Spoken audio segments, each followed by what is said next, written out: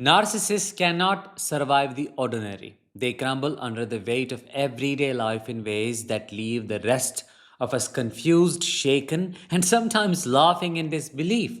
While a lot of us may accept that traffic is frustrating, that waiting in line is boring, that teamwork is messy, and that balance is necessary, narcissists turn these basic experiences into battlegrounds. They cannot tolerate being treated like everyone else. They cannot live with stillness or peace. And of course, they cannot function in the give and take of ordinary life. What is ordinary for us is intolerable for them. And when you watch them closely, you'll see they reveal their character not in the grand moments, but in the smallest, most everyday ones. Their mask slips not always during scandals or betrayals, but in the grocery line, at a Sunday table, in traffic, or when asked to work with others. Their demons do not just show up during big fights. They leak out in traffic horns, in raised eyebrows, in the way they huff and puff at small inconveniences, in how they cannot even sit still when the world around them is pretty calm. I'm Danish, a narcissistic abuse recovery professional. Welcome to my channel. Today we are going to talk about 6 ordinary everyday things a narcissist cannot stand. Before we get started, make sure you're subscribed to the channel. Your subscription helps in spreading awareness about narcissistic abuse. Number 1, traffic. Whenever a narcissist is caught in traffic, what happens? It's as if a demonic spirit takes over. You see them gripping the steering wheel with white knuckles, honking incessantly, weaving in and out of lanes as if the road belongs to their father.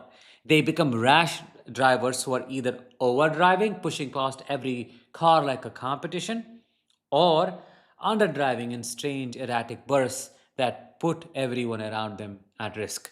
Their tolerance for waiting evaporates the moment they're forced to sit in the same mess as everyone else. For ordinary people, you and me, traffic is annoying, sure, but it's a shared annoyance. For narcissists, it is an insult. They feel humiliated being forced to stop, trapped in a sea of equals, stripped of their imaginary crown. And so they lash out, they roll down windows to curse at strangers. They're ready to pick fights on the road over the smallest slight. Every red light feels like a personal attack to them. Every delay feels like the universe mocking them. Where most of us see traffic as inevitable, they see it as war. They cannot stand in their lane, not just literally but symbolically. The road, with its structure and order, becomes unbearable for them. And this is the first place you see how everyday life strips away their mask. Because nothing reveals the narcissist faster than how they behave when they're stuck in traffic with no escape, when the world does not bend for them. Number 2, waiting. Narcissists cannot stand waiting. It does not matter if it is a queue at the bank, a line at the grocery store, or even waiting for food at a restaurant. It drives them mad. They're wired with entitlement. In their mind, they're too important to stand where everyone else is standing, too special to follow the same rules, too grand to waste their time like ordinary people. So they push ahead. They cut lines. They sigh loudly, roll their eyes, tap their feet, raise their eyebrows, basically do anything to make sure everyone else knows they are annoyed. In some places, especially where law and order is flexible, they thrive even more. They'll walk into government offices, skipping past crowds who have been waiting for hours, and demand immediate attention. And disturbingly, sometimes they succeed because people fear their influence. Watching them in these moments is like watching a child who never grew up. If they cannot bypass, they sulk. If they must wait, they punish everyone around them with their faces, their sighs, and their muttering.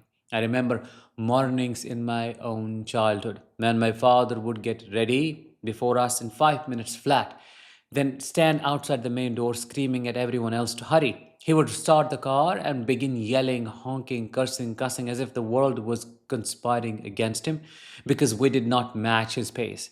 The rest of us scrambled in chaos just to avoid his rage. That is what waiting does to a narcissist. It exposes their impulsivity, their laziness hidden under a false mask of urgency, and their inability to move at the pace of real life. They live in constant rush because silence and stillness scare them more than anything. Number three, equality. Equality is poison to the narcissist. They may smile at the idea of fairness in public, right? They may talk about community, they may pretend to believe in equal treatment, but the moment you treat them just like everybody else, the mask slips. Take a communal event, for example, where everyone is expected to sit together, eat the same food, be treated as one. The narcissist may play along for a moment, but if they do not receive special treatment, if they are not given a guest of honor seat, if you do not flatter them or single them out, the rage begins to brew. They will take note, they will remember, and they will take revenge. Because in their mind, they are not just one among many. They're better, they're superior, and they are the exception.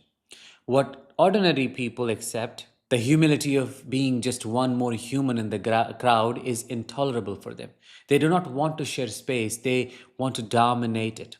And this is why their relationships fail, their friendships crumble, and their family ties are toxic. Equality reminds them they're not gods. Equality shatters their fantasy of superiority. And so they will sabotage any environment where true equality is practiced because their ego cannot coexist with fairness. Number four, boredom. Narcissists are dopamine chasers. They cannot stand the mundane, ordinary life, the silence, the repetition, the moments of nothingness. It's all unbearable for them. They need constant stimulation, constant noise, and constant distraction because the moment silence falls, the shame creeps in.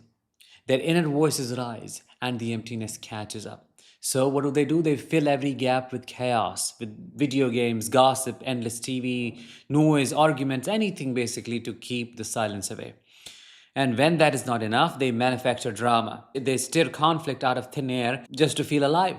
I remember Sundays in my childhood when everything seemed calm. My father would suddenly start pulling books out of cupboards, criticizing, yelling about why something was put there, picking at tiny flaws just to create unrest. My mother would fake panic attacks, cry suddenly, make sure the whole house revolved around her instead of resting. That's what boredom does to them. It terrifies them. Where we see rest, narcissists see a void. Where we see stillness, they feel exposed. And so they attack. They need stimulation like you need oxygen. And when life does not provide it, they manufacture their own storms. Number five, teamwork. A narcissist can never truly be a part of any team. In every project, they either dominate and take credit or sabotage and complain. If it is a psychopathic narcissist, they will treat teammates like donkeys, piling their own work onto others while sitting back to collect the glory. If it is a grandiose, insecure type, reactive type, they'll argue endlessly, always needing to be right, refusing feedback, and dragging the whole project down. Teamwork demands humility, patience, listening, and compromise. A narcissist has none of these. They will steal ideas, rewrite history to make themselves the hero, and turn cooperative spaces into power struggles. And their behavior destroys the very project they are trying to control. That's why so many narcissists cannot hold jobs. That's why they keep getting fired, why their careers implode, why every group eventually rejects them. Because teamwork requires respect and they are incapable of it. Where teamwork builds bridges, they burn them. Where teamwork celebrates shared success, they steal it. And eventually, everyone sees them for what they are. Number six, peace. Peace is unbearable for the narcissist. They are merchants of chaos, as I always say. They thrive in drama. When everything is calm, they get restless. They poke, they prod, and provoke. They cannot stand harmony because harmony starves them of attention. I remember my father on Sundays turning peace into interrogation. I remember my mother manufacturing crisis, crying, faking illnesses just to pull focus back onto herself, like I shared earlier. This is how narcissists operate. If everyone is laughing, they will drop a cruel comment. If you are resting, they'll manufacture an argument or something that you will have to do that will destroy your peace because they do not let peace last. Peace means no spotlight, and peace means no supply. So they sabotage it, they destroy it, they create storms in clear skies. because without chaos, they fade into the background. And for a narcissist, fading is worse than death. Number seven, and a complementary one. The universe runs on balance. Every part of life, from nature to relationships, requires balance to sustain itself. But narcissists do not live in balance, do they? They always overdo or underdo. They always go to extremes. If they work, they overwork, burning themselves and everyone else out. If they rest, they collapse into laziness, expecting others to carry their load. If they love, it's obsession. If they hate, it's destruction. Nothing about them is measured, and nothing is sustainable. This imbalance infects everything they touch. A relationship with a narcissist is a constant seesaw. You never know where the ground is. One day they shower you with love, the next day they starve you of it. One moment they're laughing, the next they're screaming. Balance terrifies them because balance means stability. Balance means predictability, and predictability strips them of control. Where life asks for harmony, they bring chaos. Life thrives in rhythm, they bring discord. This is why balance, the very fabric of existence, is something they can never accept, and why everything around them eventually collapses. And that's why they are their own karma, as I always said. So, to bring it all together, the truth is narcissists reveal themselves in the most ordinary of places, in traffic jams, in waiting lines, at community gatherings, in moments of boredom, in team projects, in times of peace, and in the daily balance of life. Where the rest of us find normalcy, they find unbearable insult. Where the rest of us learn patience, they erupt in rage. And that's why you can never ever deal with them in the way you think you can deal with a normal person. And you must leave as soon as possible. With that, let's bring this episode to an end. Thank you so much for listening. I will talk to you in the next one. Until then, as always, let the healing begin and continue.